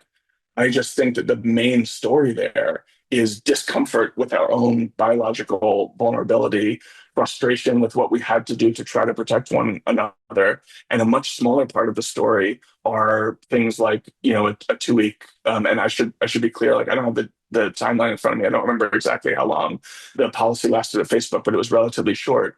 I don't think that is like the major driver of American distrust in public health. I don't think it's a major driver of American distrust in vaccines. And on that point, I would also emphasize we've seen a drop in routine vaccination post-pandemic from about 95% of American kindergartners to about 92% of American kindergartners, which is an epidemiologically consequential drop. It means that many more people, especially in places that are less vulnerable, less vaccinated than that, are going to be vulnerable to things like measles. But it also gives you some sense of the scale of effect that we're talking about at the national level, which is not that we've gone from 95% of parents vaccinating their kindergartners to 60% or 50%. It's that we've gone from 95% to 92%. And so we tell a lot of stories about this massive, massive backlash. And I don't mean to say that it's not real. There are a lot of people who are really frustrated on a lot of these points. Some of those objections are completely legitimate. As I said, I don't think that the Biden White House should have been pressuring Facebook in the direct way that it was. But I also think that when we tell the big story about why we're dealing with RFK and MAHA and the backlash to public health, I don't think that the major driver of that backlash are particular choices by public health officials or the Democratic Party in managing the pandemic, though I have many issues with how those public health officials behaved and how the Democratic Party behaved in handling the pandemic. I think that what we're talking about is a much deeper, almost like reptilian response to the uncomfortable, incredibly uncomfortable experience of living through a pandemic and trying to find a way to feel that everything that we were doing during that time and all the death that we observed, all the sickness that we observed, all the disability that we observed, trying to give ourselves a way of narrating that as though it was avoidable. And if we had a different set of people in power or made a different set of choices, we could have skirted by COVID without anyone noticing at all. I think that is the main driver for the COVID revisionism. I think it's the main driver of RFK's, war on vaccines, and to the extent that it is supporting the public. I think those are the drivers. And, I would like to go back in time and make changes to public health policies in 2020 under Trump and in 2021 under Biden and going forward. I have a lot of critiques, but I also think it's important to right size the objections here and understand that the political backlash isn't an end all be all measure if much of that is based on really faulty pandemic memory and ultimately some kind of libertarian wishful thinking in which we could have avoided the whole thing if we had just not done anything at all. David, if you think that the rise in sort of vaccine skepticism and parents not vaccinating their kids is a product of the pandemic, I mean, what do you think could put the genie back in the bottle? Because the pandemic happens. The question is, what do you think could right the ship? Because I gotta say, if the question is just why do we think the rates of people's skepticism in vaccines is higher, which is a narrow question than why is MAHA so popular or why is RFK Jr. popular, then I frankly would argue that it has a lot more to do with kind of public panic over autism, a perception, I'm not saying it's real, but a perception that autism rates are up, whether because it's just more diagnosis or whatever, but that's a perception. And that the sort of instinct, for lack of better words, that it must have something to do with changes in our environment and modernity. And that the backlash against modernity, where MAHA is let's return to beef tallow, let's get we're going to return to nature and eschew science and eschew technology, is about feeling like that's the root of our problems, and including this perception that autism rates are higher and vaccines are just an easy target for that. Yeah, I mean, I think when you look around the world, you see vaccine rates declining in basically all developed countries, and you're seeing major measles outbreaks as a result in Canada and in Latin America, and Europe is the highest measles season on record, I think. And I do think the forces there are really large and hard to control. I think part of it are the dynamics you're describing. Partly it's about America exporting its sort of libertarian values through social media to the rest of the world. I think part of it is the disappearing memory of what an unvaccinated landscape really looked like and how many people got sick and died. That's a big part of it. Yeah. And I don't know the answer about how to get the genie back in the bottle. But I also don't, when I look at someone like RFK in particular, I don't think that he's someone who is really responding to good science and asking these questions in good faith. I don't think that he is open to being persuaded by new research. I don't think that that's a genuine, he may say that he wants to do more research, but I don't think that he's genuinely committed to that. I wonder. But that's part of what's so frustrating to me. Like when I said earlier that it's hard to argue with, let's do more studies, especially since so much of what drives what is studied is what is profitable, right? So notoriously, there's less research on sort of food and diet stuff because nobody can make money off of finding out that if I have 3 eggs a day, I won't get cancer, right? It's not as good as me finding out that I can, you get it. So there's a world to me where Democrats go, okay, I take your point that a lot of people have anxiety about autism for whatever reason. And so let's study more things. Let's put more funding, more money behind studying more things. And RFK Jr. isn't doing that. If you want someone to actually get to the root of the problem, vote for me, the Democrat. But I'm not hearing that. I hear it kind of doubling down on, you're crazy to have any fears. You're crazy to have any concerns. You're crazy to think that there was ever any corruption in our healthcare industry. And that seems to me to be feeding the beast. Who do you think you're hearing that from? Democrats. Even the tone, as I read from this Bernie Sanders op-ed, is very flat, and you should trust public health, and you're silly if you don't. Vaccines are safe and have always been safe, and I can say that as a blanket statement, even though that's not how science works, to Gabrielle's point. right? I mean, the way I would tell the story is that there was an intensity of that set of feelings in 2020 that was produced in part by opposition to Donald Trump, and in which it was a very uniform, unthinking perspective among most Democrats, most people in America left of center, that like Donald Trump was evil and cruel, especially as a manager of the pandemic. And all that we needed to do to stop the pandemic was get into office and hit the silence button, and everything would be solved. I think our experience over the last few years, proves proved that that wasn't sufficient. We had many more people die later than in the first year of the pandemic.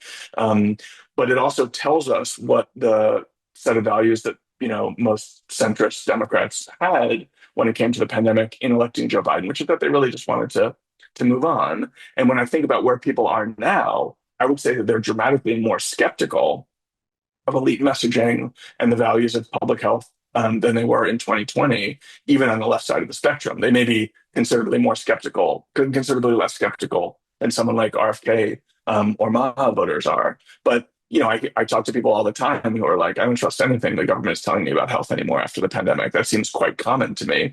And I see elected officials saying all the time things like, you know, this was bungled and mismanaged. Now they're not calling for major top-down reforms because they also see institutions that offer an enormous amount of value under incredible attack and don't want to see that kind of validated with their own skepticism. Exactly how they balance that set of impulses, I think, is really tricky and complicated. But speaking as someone who's not, in the public sphere as an elected official, but someone who's just analyzing the situation, I don't think it's at all contradictory or problematic to say, there are things that we should have done better and differently in terms of public health messaging and communication through the pandemic.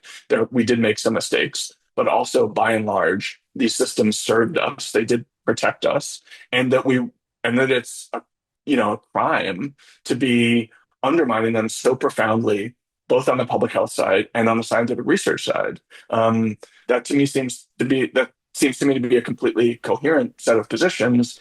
Whether it's a Well, winning message is, what's that's what a I think different is question. what I think is incoherent about it is that there's nothing kind of prospective about it. So it says, yeah, we made mistakes, but it was still better than not having public health.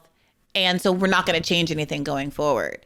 If you acknowledge that you made mistakes, but you're not willing to do anything in the name of reform, that makes it sound like you don't think your mistakes were that big, that you're not really crediting them as really significant, and that you kind of don't really mean it. But if we were to rerun the COVID-19 pandemic now, and all of the same people or equivalent people were in charge of the CDC and HHS and the FDA as were in 2020, I think they would do things a lot differently. I think that, for instance, I think that they would be much less willing to make guidance and offer advice about restricting social behavior, closing schools. I think they would be really reluctant to tell anyone, even float the idea of a vaccine mandate. And that, I think that they actually have learned a lot of those lessons. I just think that learning those lessons is in some ways a mistake, because if we have a bird flu pandemic that arises with a really high mortality rate, I do want people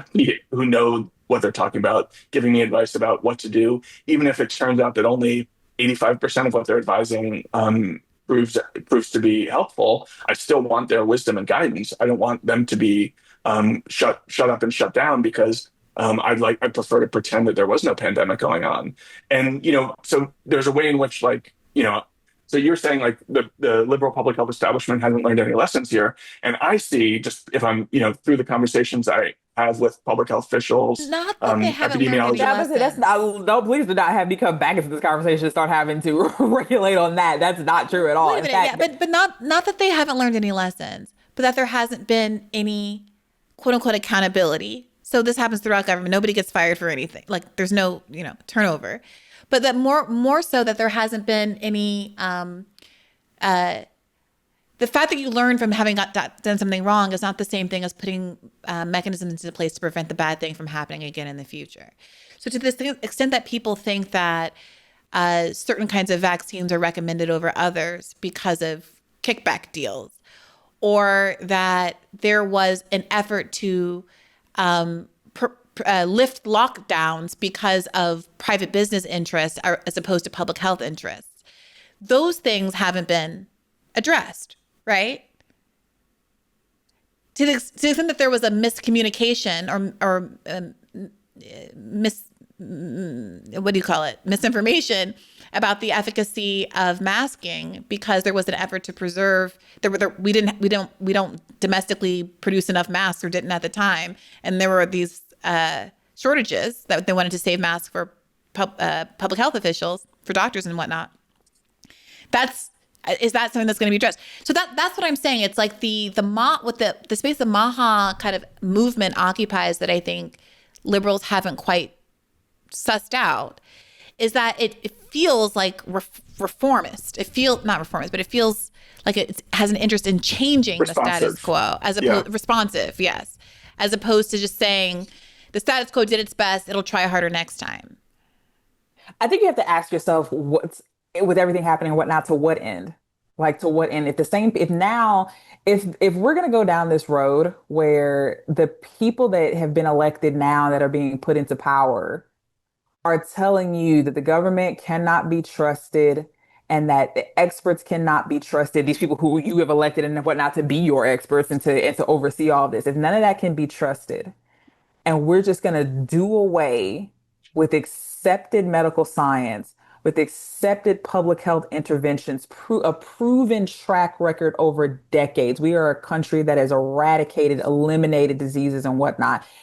All of that is now questionable. All of that is now unacceptable. All of that needs to be raked over with a fine-tooth comb, despite all of these absolutely generation-changing, generation-defining medical advancements. Because of what? Because of who? Because who? Well, no. So that's a good question, and that leads us into this clip that I'd love to conclude with. I'm trying to get you guys out of the door. I think the critiques are much more narrow than that, Gabrielle, and I think that's part of what liberals are missing. That RFK Jr. and his cohort are making much more narrow critiques. Not that I'm not saying that the goal isn't to get rid of government. That's a conservative goal. But that they're in service of doing so, they're making more narrow critiques that could be meaningfully addressed without getting rid of all of government if Democrats wanted to do so. Let's watch this brief clip of RFK Jr. Talking about mRNA vaccines as an example, and then I'll get you guys out of here. Hi, it's Robert F. Kennedy Jr. here, your HHS secretary. At HHS, we have a division called the Biomedical Advanced Research and Development Authority, or BARDA. BARDA drives some of our most advanced scientific research. It funds developments of vaccines, drugs, diagnostics, and other tools to fight emerging diseases and national health threats. Over the past few weeks, BARDA reviewed 22 mRNA vaccine development investments and began canceling them. Let me explain why. Most of these shots are for flu or COVID, but as the pandemic showed us, mRNA vaccines don't perform well against viruses that infect the upper respiratory tract. Here's the problem. mRNA only codes for a small part of the viral proteins, usually a single antigen. One mutation and the vaccine becomes ineffective. This dynamic drives a phenomenon called antigenic shift, meaning that the vaccine paradoxically encourages new mutations and can actually prolong pandemics as the virus constantly mutates to escape the protective effects of the vaccine. Millions of people, maybe even you or someone you know, caught the Omicron variant despite being vaccinated. That's because a single mutation can make mRNA vaccines ineffective. The same risk applies to flu. After reviewing the science and consulting top experts at NIH and FDA, HHS has determined that mRNA technology poses more risks than benefits for these respiratory viruses. That's why, after extensive review, BARDA has begun the process of terminating these 22 contracts totaling just under $500 million. To replace the troubled mRNA programs, we're prioritizing the development of safer, broader vaccine strategies, like whole virus vaccines and novel platforms that don't collapse when viruses mutate. Let me be absolutely clear. HHS supports safe, effective vaccines for every American who wants them. That's why we're moving beyond the limitations of mRNA for respiratory viruses and investing in better solutions. Thank you. Produced by the U.S. Department of Health and Human Services. Okay, so the mRNA vaccines in particular obviously have come under a lot of focus by this movement. And when I heard him say the line about how these vaccines don't perform as well against viruses that attack the upper respiratory tract, I'm like, okay, what's the deal? That just seems to be like, if it's not true, easily disprovable. I start Googling around to look at the comparative efficacy of the mRNA vaccines versus the other vaccines. And I was kind of surprised to see, I'm looking at this Yale Medicine website right now, that it does say that the Novavax vaccine, which is the non-mRNA vaccine, is more durable. So the effects of it last longer than the mRNA vaccines, which tend to have diminishing efficacy over time. So it feels to me like there are these more narrow claims that RFK Jr. will make, which get a kind of a blanket, you're wrong response that might not be as black and white as all of that. And then there's this credibility flux. So I just wanted to give you, Gabrielle, as an epidemiologist, I saw you shaking your head through some of that. Because I hate him. Like every time I hear his voice, I hate him. I hate the sound of his voice. I hate seeing his lips move. It makes me upset. Novavax, number one, just to address that, Novavax is more durable. I guess you could call it that if that's the word that they're using. Novavax is that's my word. I'm sorry. Novavax is a protein subunit vaccine and whatnot, which means it's directly giving your body the protein for which it needs to be fighting, like that, as opposed to an mRNA vaccine and whatnot, which is essentially teaching your body via messenger RNA how to create the protein it needs to later recognize once your body comes into contact with that active pathogen. And so at the end of the day, to say that BARDA is basically saying that mRNA vaccines are unsafe and that he's doing this for you, RFK Jr. is doing you a favor. Not that they're unsafe, but that they are not as effective as, traditional vaccines, which, to your point, give you a little bit of the virus to promote an immune response. According to who? And in terms of traditional vaccines are all different. Like, it's so incredible to me that he's able to even just kind of spout these different things and whatnot. Like, this is the first mass-produced mRNA vaccine, right? So it's incredibly early to be holding forth on the particular qualities. But one of the things we know is that it's actually much faster to develop. Oh, no. That's okay. I think what he's probably saying is much faster to develop because it's been in development. These vaccines have been, and I think it even goes back to how people felt like, and they were originally saying that there were no clinical trials and whatnot for any of the COVID vaccines when they were first being administered. That is also misinformation. That is not true. mRNA vaccines have been under development for forever, used to address Zika virus, used to address all kinds of tropical diseases, used to address flu even. Like, just they've been studied in the preclinical phases and whatnot. We were able to move so fast into distribution for the COVID vaccines and whatnot because they had already been being studied in the clinical phases. And so moving through phase 1 and combining phase 1 and 2, actually moving into phase 3, moving into the manufacturing stage and whatnot, and still studying people's reactions to these vaccines in the general population. That's also phase 4 of a clinical trial. Like that, we are right, but just to stick with learn. the argument that's being made here, this is not about the clinical trials. It's that if mRNA vaccines aren't as effective in the context of COVID as the non-mRNA vaccine, the argument that RFK Jr. is making is let's not spend the money on the vaccines that don't work as well. But see, right? How does that wait make a minute. sense? I agree, but wait a minute. I can see a counter argument that says, well, mRNA vaccines are relatively novel. They're being used in a lot of different applications. The money needs to go to them to study them and my exact point I was about to make. See their application. Okay, but that is not the same thing. Like this is. I think this. We'll wrap, but I feel like this exemplifies, I think, what I perceive as some of the ways that RFK Jr. is not being argued with well. Right. Because if I were arguing with him about this point, I would say, well, maybe it's correct at this juncture to invest more government money in distributing the non-mRNA COVID vaccine than the mRNA COVID vaccines. but that does not justify cutting funding more broadly to mRNA vaccine programs. Nor does it That would be my justify limiting response. access to all COVID vaccines, because see, that is what I was kind of speaking about earlier, where he is using something that is absolutely, we can absolutely have a conversation just like you and I are now about the efficacy of vaccines, what vaccines are more effective and whatnot, what can be done. That is a scientific discussion. That is a necessary discussion. It's a policy discussion.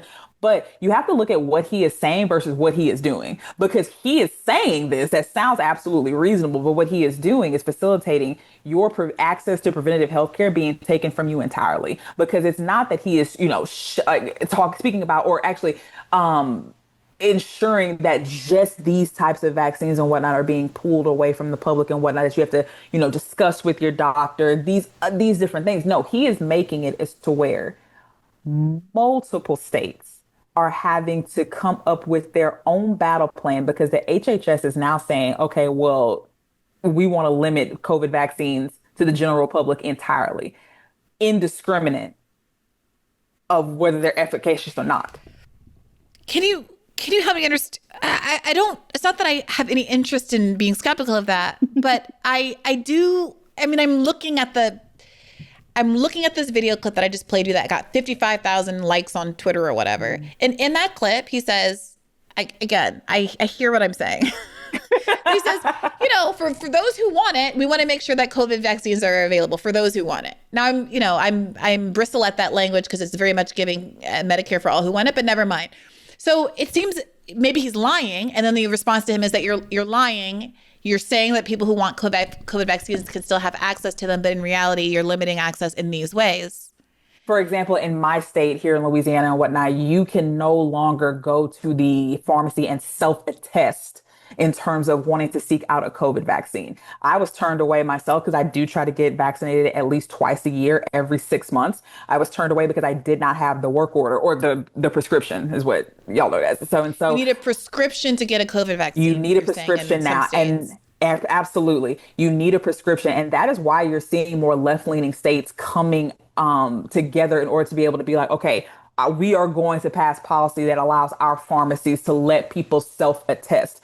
And it's making it as to where you are going to weaken not just people's understanding, but further weaken people's trust in any vaccine.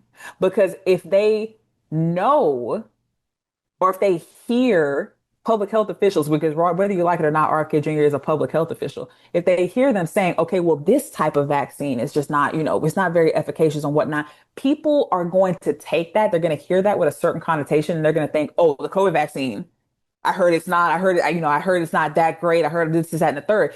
People don't parse that information well. It's all about how you deliver it to them. They don't parse it well. And so what the general public will hear is that this vaccine is not safe. That is what they're going to hear. I hear that. And I also can see a way that one could undermine the credibility of broad categories of vaccines, like mRNA vaccines, for instance, right? Mm-hmm.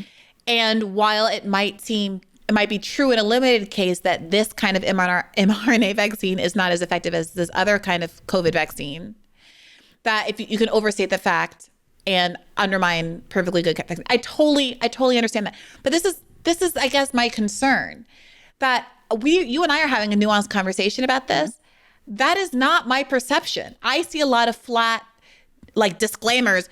mRNA vaccines are fantastic, and there's no problems with them ever. And there's not this allowance of, in fact, in the context of COVID, mRNA vaccines are not as effective as the Novavax vaccine. It is effective and it helps in this way. But if you're going to choose, I would choose the Novavax vaccine. To me, I would credit someone who is willing to say that if true, and then also say you shouldn't have a broader skepticism of mRNA vaccines because they are relatively new and who knows what they'll develop into later on, and we should continue to research that. That seems to me such a more credible approach to this than the sort of how dare you, how dare you even point out that there's various levels of efficacy between various COVID vaccines. Absolutely. But even so, with that efficacy difference, because all different vaccines have different efficacies. It depends on what disease you're fighting. It depends on how that vaccine is administered. Same for flu. There are some flu vaccines that are not distributed intravenously.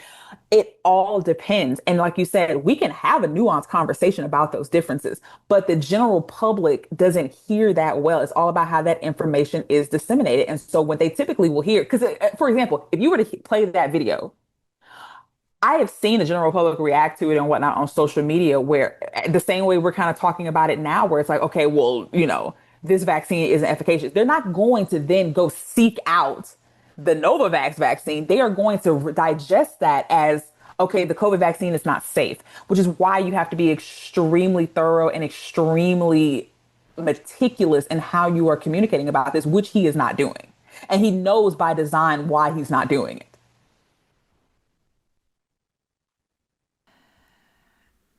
I'm looking at some of the responses as you say that.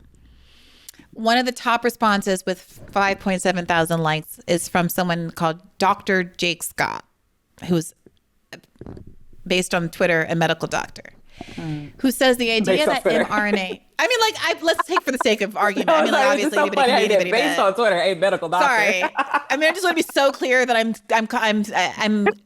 accepting that he's a doctor because he said he's a doctor on Twitter. So, yes. But, okay. But he's representing himself to be a doctor. It's in his handle, at Jake Scott MD. Okay.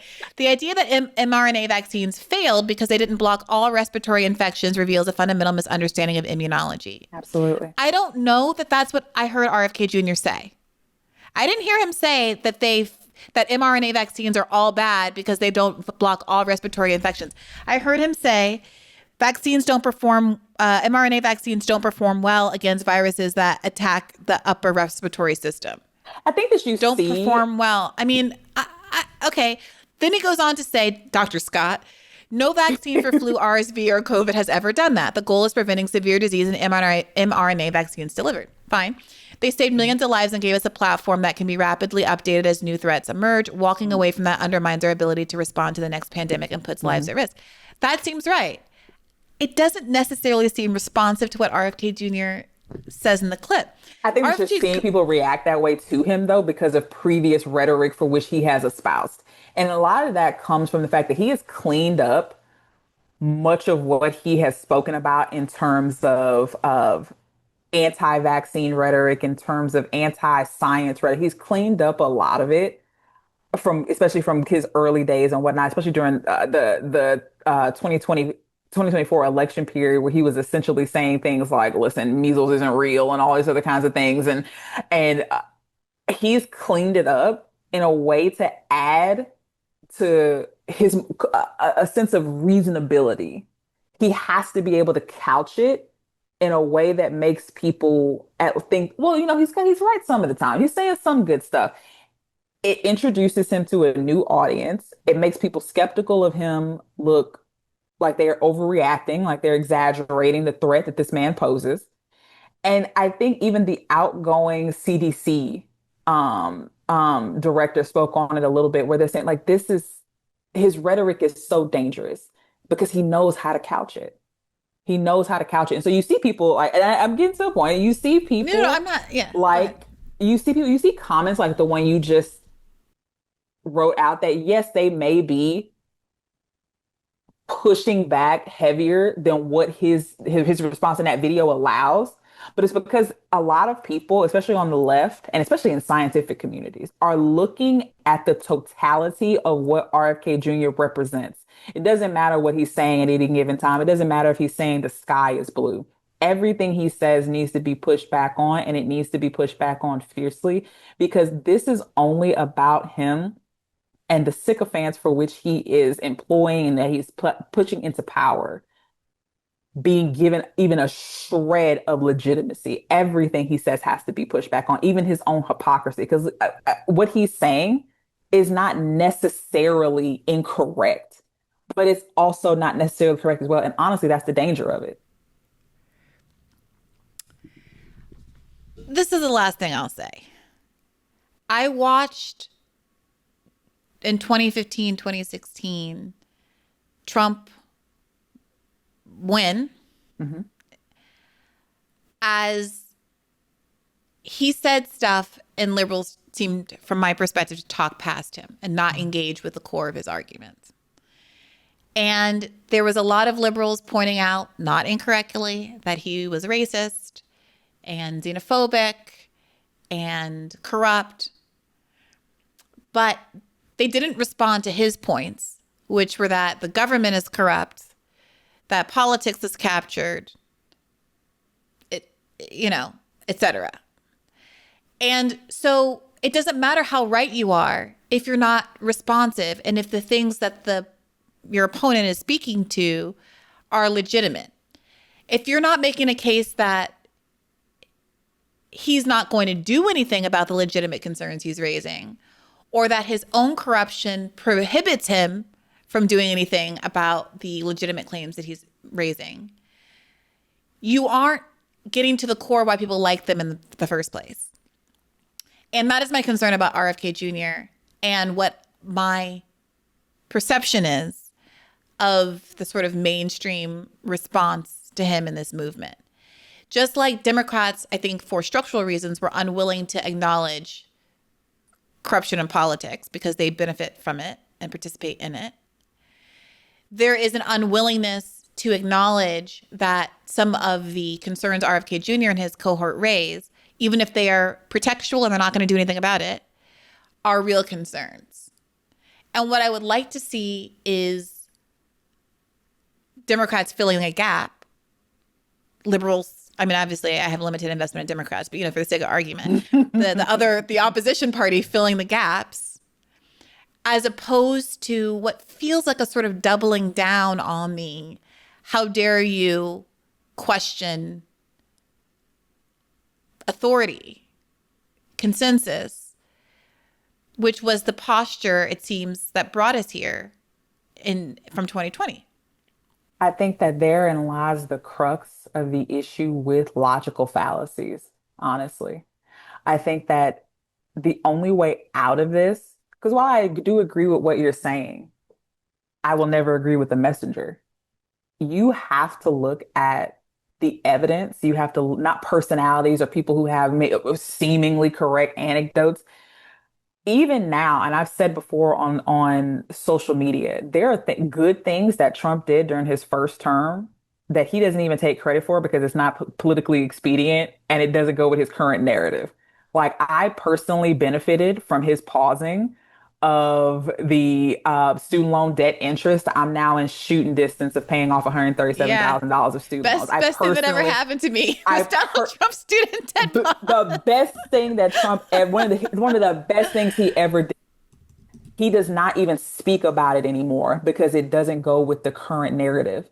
And that can be said about a lot of different things happening in this current administration, especially scientifically. Donald Trump oversaw, like I think we spoke about it a little bit earlier in this call, Donald Trump oversaw one of the fastest responses to any kind of public health event in world history. He does not take credit for it, despite it being a absolutely net positive, no matter how you think it was laid out, no matter the absolutely valid critiques from it.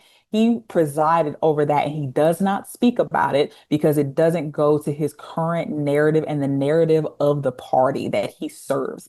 And so in and of itself, you have to avoid oversimplifying things like that. You have to avoid oversimplifying what it is that you're hearing and who it is that you're hearing it from. And that's, I think, is the most I could say about that. All right. Well, look, I am going to let you go. We've been going for over 2 hours. I don't want to overstate. There is, mixed research and mixed findings about the relative efficacy and utility and side effects of Novavax versus the mRNA vaccines. I was reading from this Yale Medicine article by Kathy Catella dated May 20th, 2025, but you should look up what you're going to look up and not take me as a public health expert by any means. But we lost David Wallace-Wells along the way, but you can find more of his work over at the New York Times. And Gabrielle, tell people where to find more of you and your work on the internet and beyond. Absolutely. So you can find me any given day online at Go Gabrielle, GEAUX, on Blue Sky or on Twitter, X, whatever they're calling it now. But I think the most pertinent place to find me is on my website for my foundation, thurmanperryfoundation.org, we are doing a lot of necessary public health work for incarcerated women. We are also working to educate women who are formerly incarcerated as well as their daughters. We are offering scholarships in light of the dismantling of the Department of Education and funding for people to go to school, $10,000 each for those who qualify. Applications open in November. We are also the only direct giving housing relief organization in my state, and we do serve women nationally. Feel free to reach out to us if you are in need of housing or rent assistance. And we're here for the people. I really strongly recommend you follow Gabrielle on Twitter. There's a lot of debate happening within the left about things like masking, and there's a kind of a surprising resistance in some quarters to certain kinds of COVID interventions. And I personally have found your Twitter to be sort of consistent and informative and a sort of really important level set for me as I am pulled between like political arguments versus like public health arguments, like substantive arguments. And I've really appreciated your voice in the mix on this. And also some of these other issues. Seeing you do all this direct services work also is really inspiring. So thank you for all that you do, Gabrielle. Thank you so much. Thank you so much for having me on as well. It's always a pleasure. I really appreciate you. I think you bring so much, especially a different voice to the space. And it's so necessary now in the times in which we're living in. I always enjoy hearing you. Thank you. I appreciate you saying that. And to all of you listeners, thanks for tuning into this episode of Bad Faith Podcast. You know you can get an extra episode of Bad Faith by subscribing at patreon.com/badfaithpodcast. It will drop every Monday over at Patreon. There's a wonderful community over there. You guys are so smart and insightful and keep me honest. So I appreciate the commentariat. You should join it at patreon.com/badfaithpodcast if that's of interest to you. And as always, take care of yourselves and remember to keep the faith. Hey YouTube, thanks for watching. Just a reminder that this is a podcast. You can catch an extra premium episode every Monday for $5 a month at patreon.com/badfaithpodcast. That's patreon.com/badfaithpodcast for $5 a month, an extra episode every week. Additionally, please do consider liking this video, subscribing to this channel. It helps us out. It helps independent media beat the algorithm. We appreciate you. And as always, keep the faith.